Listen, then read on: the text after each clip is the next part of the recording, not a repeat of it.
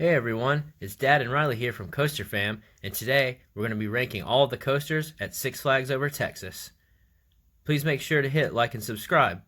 Well, there's 13 coasters at Over Texas, so let's get right to it. Number 13. Wiley Coyote's Grand Canyon Blaster. Wiley Coyote's Grand Canyon Blaster is a Chance Rides Big Dipper kiddie coaster that's in the Bugs Bunny Boomtown area of the park. It's really enjoyable for kids and fun to ride along with the kids. These are cloned all over the place, and this one has some really good theming with Looney Tunes characters and rockwork and things like that, and you go around twice. So overall, for a kiddie coaster, pretty fun. Number 12. Mini Mine Train. The Mini Mine Train is an aerodynamics mine train that was built in 1969. It sits right next to the regular mine train. It's a really short and small family coaster. Enjoyable to ride with the little ones. I don't recall it being too rough or too jerky or anything like that. Nothing to write home about, but it's one of their, they have several kid coasters at this park, so that's a nice aspect. Number 11. The Joker. Joker is an SNS 4D free spin that was built in 2017. It stands 120 feet tall and reaches 38 miles an hour. Going in, I thought for sure that these could not be as bad as some people had acted like they were.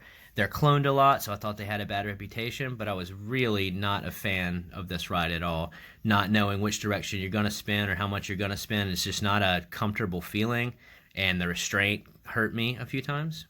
Now, I rode this at the end of the night, so it could be that, but not a fan. Number 10. Runaway Mine Train. Runaway Mine Train is an aerodynamics mine train that was built in 1966. It's pretty typical of aero mine trains. It's kind of jerky and the transitions are a little bit wonky here and there, but it's a pretty typical ride. I thought the shed had some pretty good theming, the shed before the big drop into the tunnel, and they even had it decorated for HoloFest, which was really cool. So pretty typical ride, enjoyable for families, and a good starter coaster for kids. Number 9. Pandemonium.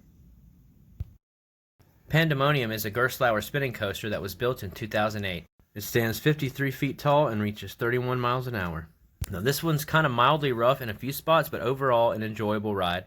It's a really interesting feeling when you're turning a different direction going into those bank turns and helixes. It's not nauseating really at all. It's a really good step up for the kids from the kiddie coasters with a height requirement of only 42 inches. Number 8. Runaway Mountain.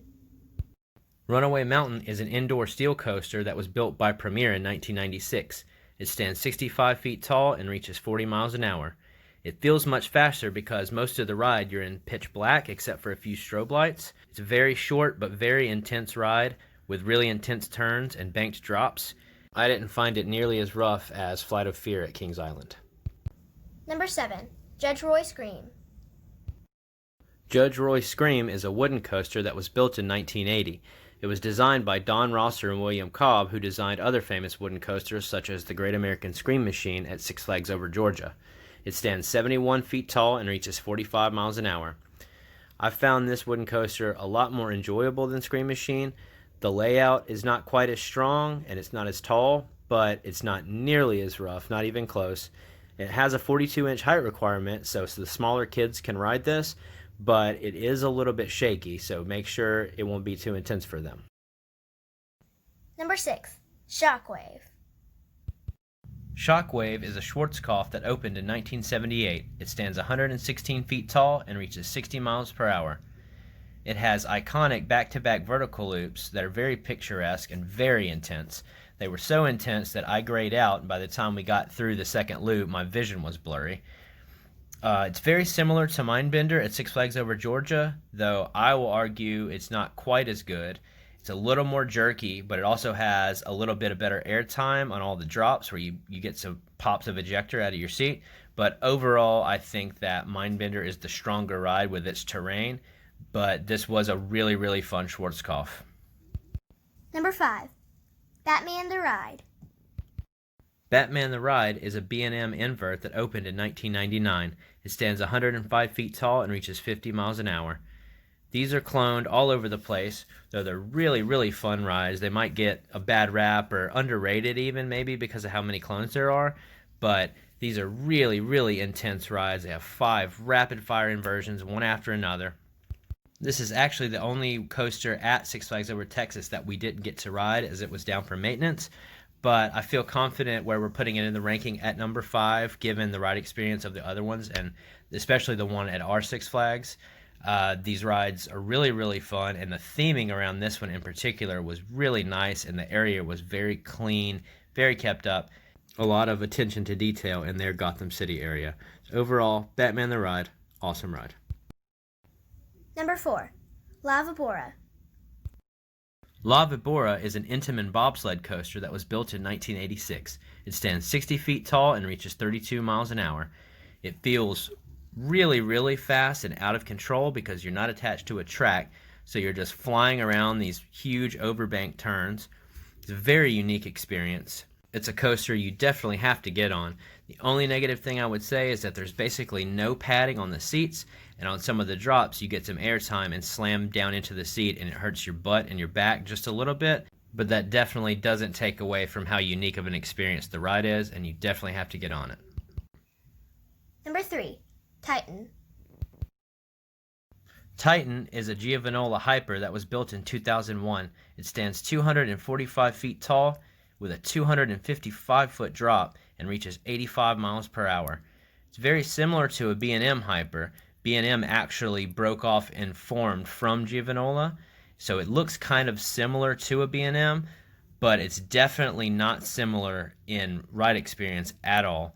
I found this to have hardly any airtime at all, save for maybe the drop a little and one hill, but it's very, very fast, and you can definitely feel the 85 miles per hour around the helixes, which are very intense. I grayed out very hard on both of these helixes, almost blacked out. Some of the most intense ride experiences that I've had were in these 2 helixes. I found it fun, but not nearly as enjoyable as all the airtime hills on a B&M Hyper, such as Goliath at Six Flags Over Georgia. Overall, it's still a really fun ride with a very good sense of speed. You feel every bit of that 85 miles per hour. And this thing is a giant. It's quite a sight to behold. Number 2, Mr. Freeze Reverse Blast. Mr. Freeze Reverse Blast is a premier launch shuttle loop coaster that opened in 1998. Its highest point is the vertical spike at 218 feet tall, and the launch goes from 0 to 70 miles per hour in 3.8 seconds. You're launching backwards out of a tunnel into an inverted top hat, which is very intense. Then you go into the vertical spike where the LIMs pull you up higher and then release you to go back through the ride forwards.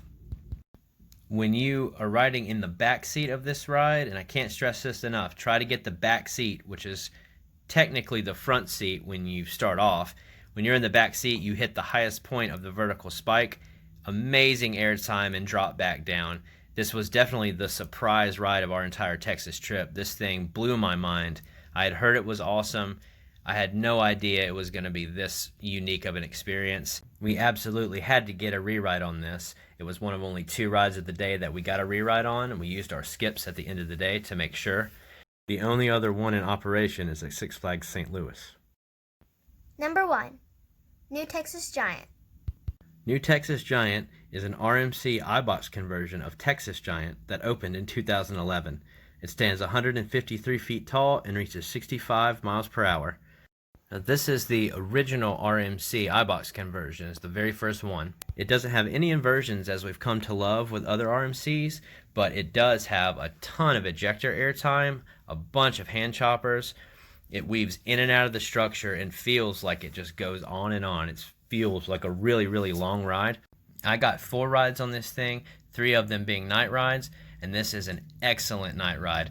The 3 tunnels at the end have multicolored lights in them that are really, really cool, but the rest of the ride has no lighting whatsoever, so it made for a very, very excellent night ride. I really feel like this is a very underrated RMC. It seems like it's kind of low on people's lists, maybe because it doesn't have inversions, but man, this thing is, the airtime, excellent. The length is awesome. Cannot recommend it enough. I can't wait to get back out there and ride it again. This is definitely in my top 3 overall now. Well, that's going to about do it from us here at Coaster Fam. We'll talk to you guys next time. Bye.